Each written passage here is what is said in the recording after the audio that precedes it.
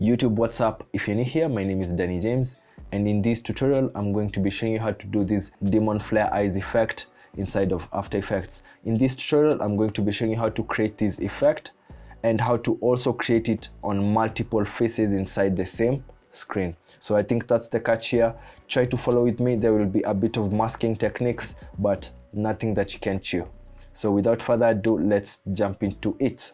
We're in After Effects and you're going to be adding this demon flare eyes effect on this clip. Now we'll have to add it on 3 subjects, as you can see in this video. And the first thing you need to do, you need to duplicate your layer. Let me just rename it.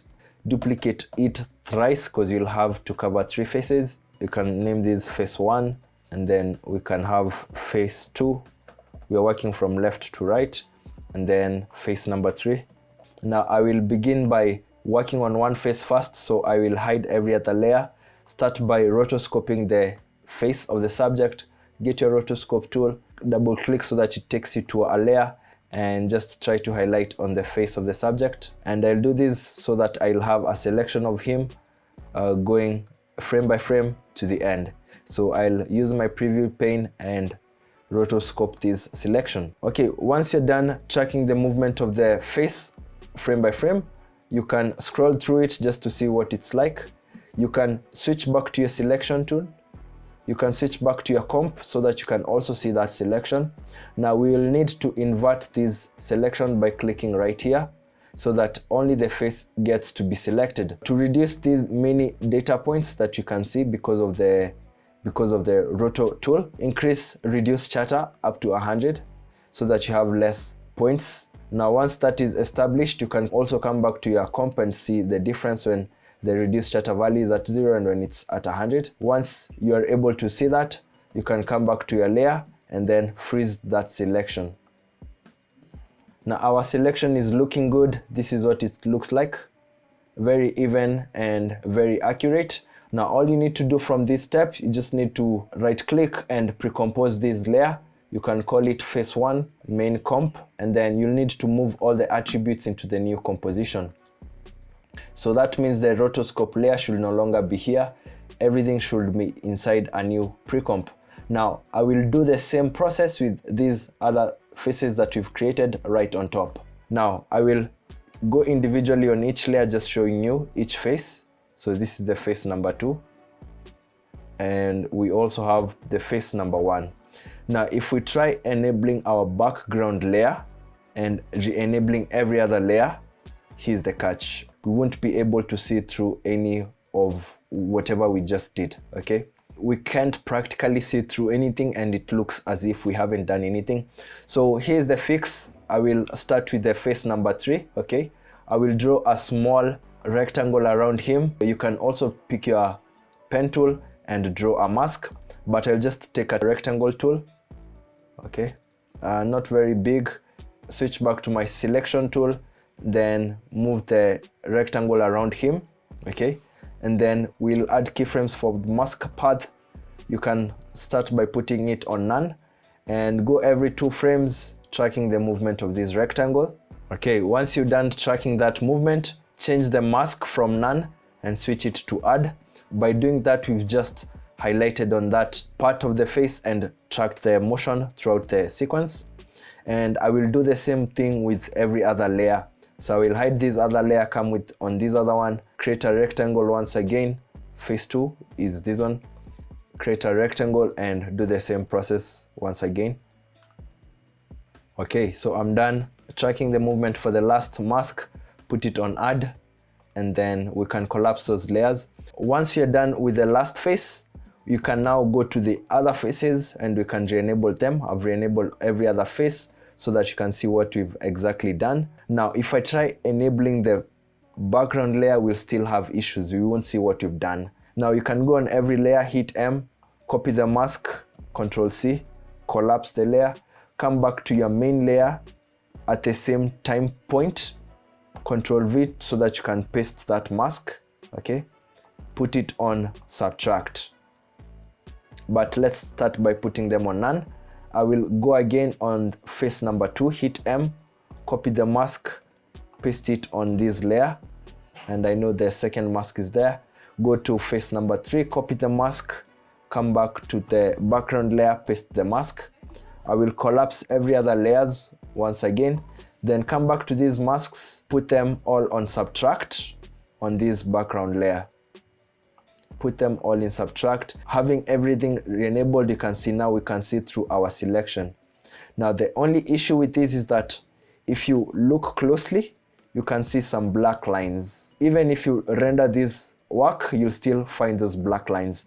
The way to remove them is by hitting M on the background layer. Hit M twice so that you can see all those masks, and then go to the mask expansion and reduce that to a negative value.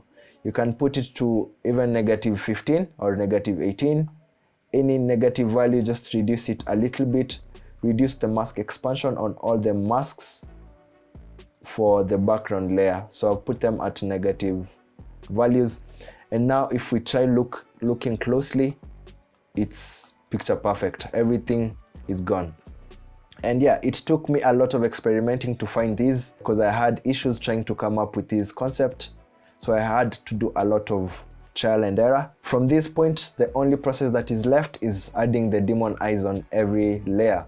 So I will show you how to do it on the first face, and then it's the same way that you'll be doing on the other faces. Now what I will do on this layer, I will click on it, disable the roto brush temporarily, and then right under this face, we will add some masks to the eye. Grab your ellipse tool, draw a mask around the eye, something ovalish. Come back to your selection tool, keyframe the mask path, put the mask to none, and then you can turn it by hitting Ctrl T on that mask, just as you can do on Photoshop. And now it's facing the way that you want it to face. We will go every 2 frames, adjusting the position of these eyes. You don't have to be accurate with these. All this will be an effect coming in very few seconds. So I'll keep on tracking the mask, the eye like that manually. And you'll do the same for every other layer, just as I've been doing so far. Okay, once you're done doing that, you'll need to do the same process, but for the second eye. Just come back to your ellipse tool. Make sure you don't draw a mask or a shape. Click on the layer again and then draw that mask. I will switch back to my selection tool, put the mask on none so that you can see through it. Hit Ctrl T to enlarge it if you want to enlarge it. And if you've used Photoshop, the principles are more or less the same, and you can also rotate it. And then I will enable mask path and track it every 2 frames to the end. You can even highlight on each individual point and move them individually to encompass your eye. But I just suggest making it similar to the first mask that you've done, whatever way that you've created your first mask. Okay, that is done. I will put the masks to add. Sorry, I'll put the masks to subtract. That way you have selected everything but the eyes. Okay, so that's what we have. Something that we needed to do was to duplicate this layer first of all, and then on the layer that is underneath, make sure that there are no masks, and then on the layer that is above, make sure the roto brush is not also in it. So we were supposed to duplicate this layer first, so we can name these eyes, and then right below it's just a face. So no masks on the layer beneath, and 2 masks for the 2 eyes that we've added. Now this is where the real sauce is at. Go to the effects and find fill, put it on the eyes. Make sure the masks are on add, that way. Sorry, make sure the masks are on add, that way the fill makes sense. Okay, and remember we also have the roto brush on the layer that is right below, but if we come back here we can't see anything because we need to re-enable the roto brush right here.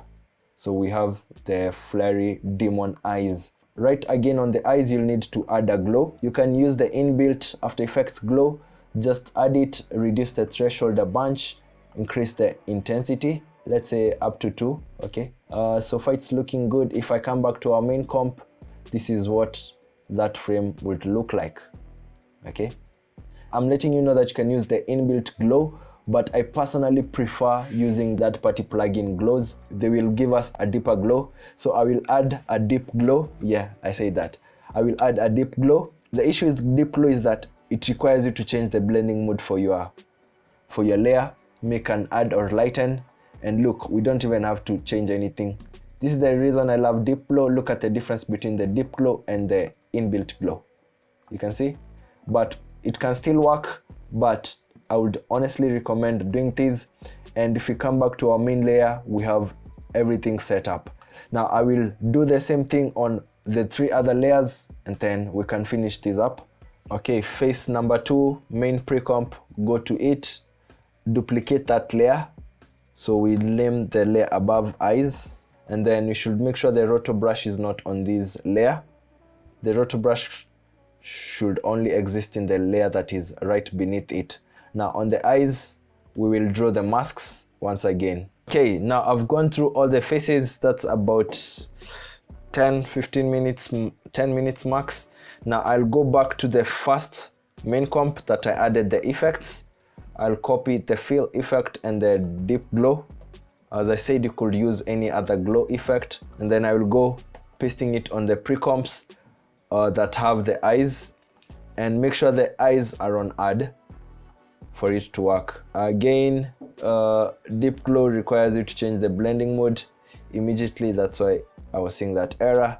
Hit M again, change the masks to add for the eyes, and then paste the effects, and then change the blending mode to add. And I think with those few steps, let me close this on. And yeah, in those couple of steps, this should be your final result. It's looking really good. So if you want to try this out, do it on your videos. Make sure to follow all the steps. If you've tried forwarding this video, you will most likely have to rewatch and pause on some things. And yeah, that's it from me today. I hope you did enjoy this tutorial. Just make sure to follow it all through without skipping or forwarding any steps, so that you don't miss out on any crucial information that I did mention in between. If you did enjoy this video, kindly give it a like so that it's recommended to other people in the same interest as you. Feel free to visit my digital store at dannyjames.co for amazing preset packs and LUTs that you might find useful. My name is Danny James. See you guys in the next video. Peace.